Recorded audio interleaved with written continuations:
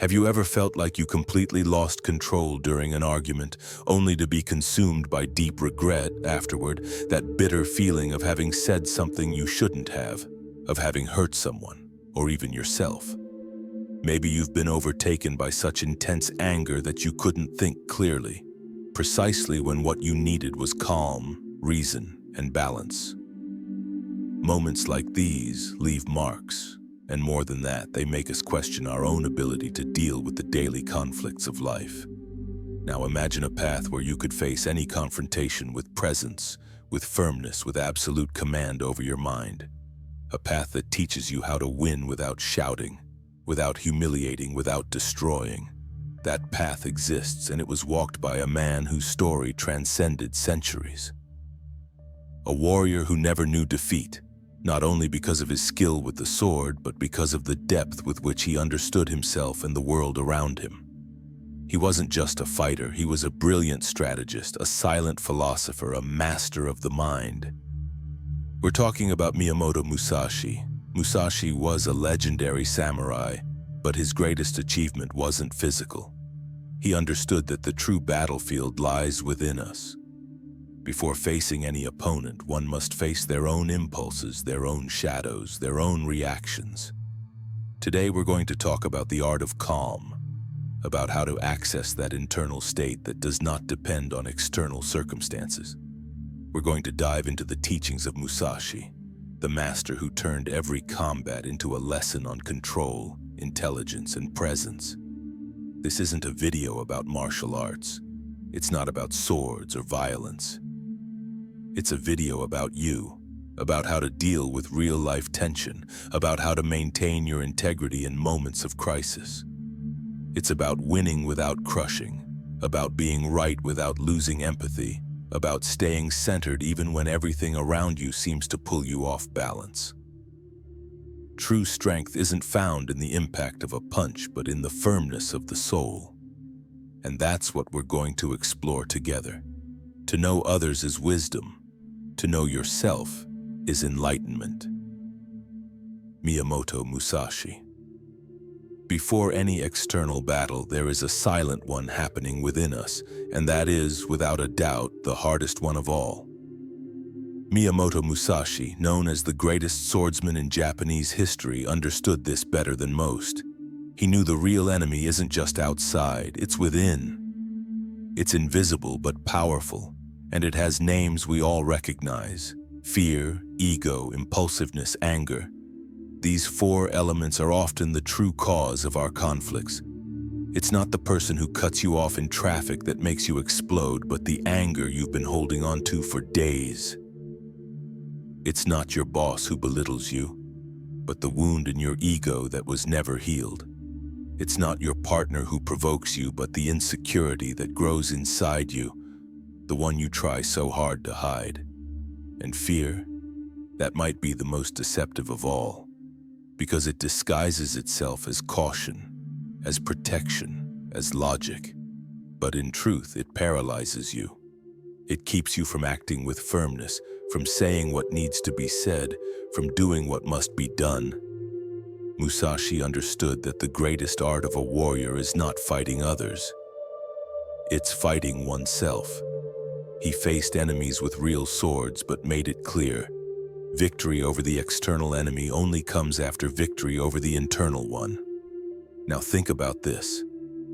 How many arguments have you gotten into just to avoid admitting you were wrong? How many times have you shouted out of fear of not being heard? How many relationships have you damaged because you couldn't handle a criticism? This happens because most of the time we're not aware of ourselves. We react without thinking. We respond with aggression, not because we want to hurt, but because we want to protect ourselves, even from things we don't fully understand. It's pride that speaks. It's anger that decides. It's ego that screams. And you, caught in the middle of it all, are left in the background. Your clarity hides, your wisdom fades. Musashi was not an impulsive man. On the contrary, he was what we'd call a silent observer. Before any action, he observed. He watched the enemy, the environment, the timing. But above all, he watched himself. And that's something we've lost today. We live in an era of quick answers, instant judgments, uncontrollable impulses. We want to speak first, win first, be right before even thinking. But when was the last time you paused to observe what you were feeling before reacting? Most people don't listen to understand, they listen to reply. And this urge to react is exactly what distances us from true strength. Musashi said, "He who conquers himself is greater than he who conquers 1,000 enemies."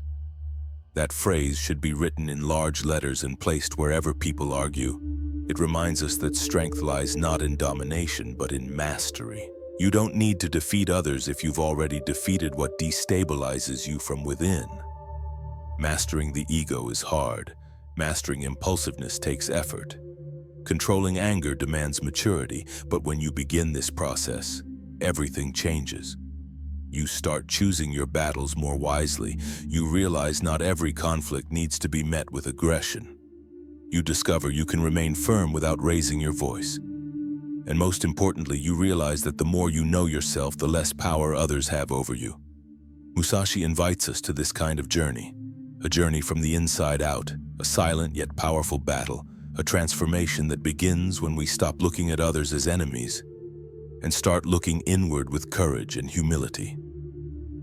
Because in the end, the true warrior is not the one who brings others down, but the one who rises after conquering himself. Miyamoto Musashi wrote about a concept that might seem enigmatic at first, the way of emptiness. But contrary to what many believe, he wasn't referring to a negative absence. Emptiness for Musashi was the ideal state of mind, an internal space free from noise, interference, or anxiety. A state where you are not trapped by your emotions nor conditioned by automatic impulses. It is the mind liberated from excess, from haste, from the constant need to react. Musashi said that when the mind is empty, it is ready. It doesn't mean you're apathetic or passive. It means you're available, you're aware. You're not being dragged by what you feel, you're choosing how to respond. The difference between reacting and responding may seem subtle, but it changes the entire course of a situation. Reacting is automatic. It's the slap after a provocation, the harsh word thrown in the heat of emotion, the rash decision that fuels the conflict. Responding, on the other hand, requires presence. It means observing before acting. It means understanding what's behind the other person's action and recognizing what is stirring within you. Imagine you're in the middle of an argument. Someone provokes you, accuses you, maybe even humiliates you. The impulse is to strike back. But if you go silent inside, even for just a few seconds, something shifts. You notice not only what the person is saying, but how they're saying it. You catch the tone of voice, the tension in the face, the fragility hidden behind the aggression. You realize the attack might not be about you at all, but about something the other person doesn't know how to handle. At that moment, you're no longer just a character in the conflict. You become a strategic observer. And that's when emptiness becomes an advantage. You free yourself from the emotional game and begin to see with clarity. In this context, calm is no longer a passive state. It becomes a powerful weapon. A weapon that doesn't harm but protects. A weapon that doesn't destroy but reveals. Musashi understood that the empty mind is the most dangerous in combat because it is unpredictable, flexible, adaptable. It's not tied to patterns. It's not reactive, and because of that, it is free. Today, learning to empty the mind means training attention, strengthening your listening, cultivating inner silence. It means knowing that the more noise you carry inside, the less control you have. And contrary to what many believe, silence is not weakness. Silence is an active, powerful, and often transformative choice. Training in emptiness is training in the freedom not to be controlled by what comes from the outside. It is cultivating a space where strategy is born, where wisdom flourishes, and where conflicts no longer have the power to throw you off balance. How many times have you felt like you won an argument but walked away feeling more empty than before it started? How many times have you forced your point of view, had the last word, proved you were right, only to lose something far more valuable in the end? Maybe you lost your peace. Maybe you lost someone's respect, or worse. Maybe you lost someone who truly mattered. In the rush to win, many end up destroying the very bridges that connect them to others. And the irony is that often these victories aren't even real. They are just ego triumphs fed by vanity and pride. Defeating others has become a socially validated goal, but rarely questioned. Is it truly worth winning if in the process you lose what's most essential? Musashi understood this deeply. Even though he was never defeated in battle, he knew that not every external victory is a true conquest. He realized that defeating someone can be meaningless if, in doing so, you lose your integrity, your serenity, or the bonds that should have been preserved. Losing with dignity may be wiser than winning through vanity. At first glance, this phrase may seem contradictory, especially in a world that idolizes the idea of always winning. But in truth, it holds one of life's hardest and most liberating lessons. Losing with dignity doesn't mean surrendering out of weakness. It means knowing when to stop. It means realizing that the cost of continuing the fight may be too high. It means choosing silence over shouting, peace over pride, and wisdom over an inflated ego. And to make this kind of decision, you need something few people have: emotional self-mastery. This mastery doesn't come from books or ready-made quotes. It comes from practice, from observation, from the conscious effort not to be swept away by impulsive reactions. It's an inner work, silent, constant. It's looking inward and recognizing when your desire to win is nothing more than a way to mask insecurity. It's admitting that many times we insist on being right just to avoid facing our own vulnerabilities. The true samurai does not fight to feed the ego. He fights when necessary to protect what is just. And more than that, he understands that the most important battle is not on the field of confrontation, but in the ability to decide when to fight and when to retreat. The victory that matters is not the one that impresses others. It's the one that preserves your peace, your clarity, your dignity. When you begin to understand this, something changes inside you. You stop seeing conflicts as battles to win and begin to see them as tests of maturity. You start to realize that in many cases, the one who loses is actually the one who evolves the most. Now we've reached a point where philosophy and science meet. The functioning of the human mind in moments of conflict. Modern psychology has deeply investigated intense emotional states, and the findings are clear. When you're overtaken by anger, stress, or fear, your brain changes. More specifically, the most primitive part of your brain, the so-called limbic system, takes control. At that moment, it's as if you stop being a rational being. Your body enters full alert mode. Your breathing quickens, your heart rate rises, your muscles tense. You stop thinking clearly and begin to react like a cornered animal. In this condition, your judgment plummets. Your empathy disappears. You can no longer put yourself in the other's shoes. You see threat where there may only be frustration and turn small disagreements into unnecessary wars. Anger steals your clarity. It enslaves you. It turns you into something you don't even recognize once it passes. On the other hand, when you're calm, a different part of the brain takes over, the prefrontal cortex. This is the most evolved region of the human mind. It's where empathy lives, logic, awareness, long-term planning. It's the part that allows us to pause, reflect, and analyze consequences before acting. It's our greatest advantage as a species. But it only works well when we're calm. Musashi, even without access to laboratories or scientific studies, already intuited this truth with astonishing precision. He said, "A weak spirit allows itself to be carried away by emotions." This phrase reveals a deep understanding of what we now call emotional regulation. For him, being carried away by emotions was a sign of weakness, not intensity. It was a sign of lack of control, not courage. And here lies the most important point. Calm is not the absence of emotion. It's the ability not to be dominated by them. It's the power to feel everything yet act with awareness. It's when you notice anger rising but choose not to feed the fire. It's when you feel the urge to strike back but choose silence or a strategic response. Calm, therefore, is not passivity. It's an active force. It's the result of a trained mind. It's self-control put into action at the moment it's needed the most. And in daily life, you can see this clearly.